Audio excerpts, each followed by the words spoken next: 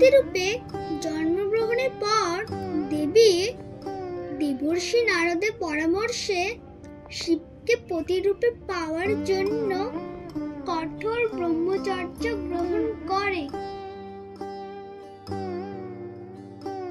ইহলোকের মায়া ত্যাগ করে তুষার বৃষ্টিতে হিমালয়ে অনন্ত বছর ধরে তপস্যায় লিপ্ত হন।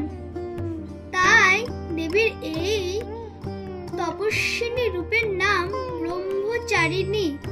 নবরাত্রির দ্বিতীয় দিনে দেবী এই রূপে পূজিতা হন।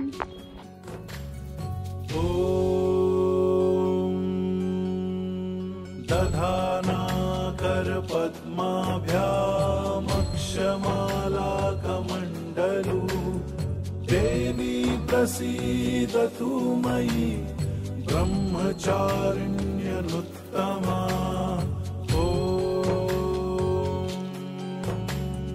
दधानाकर पद्माभ्यामक्षमालाकमण्डलू देवी प्रसीदतु मयि ब्रह्मचारिण्यनुत्तमा।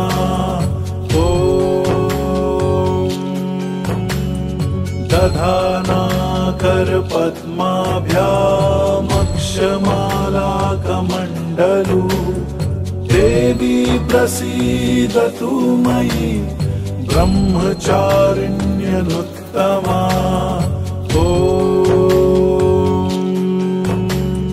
दधानाकर पद्माभ्यामक्षमालाकमण्डलू देवी प्रसीदतु मयि ब्रह्मचारिण्यनुत्तमा।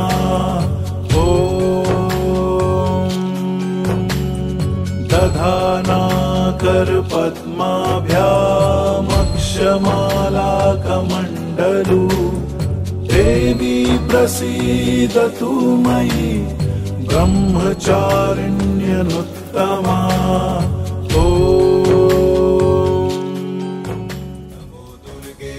নবরাত্রির তৃতীয় দিনে দেবী পার্বতী চন্দ্র ঘণ্টা রূপে পূজিতা হন।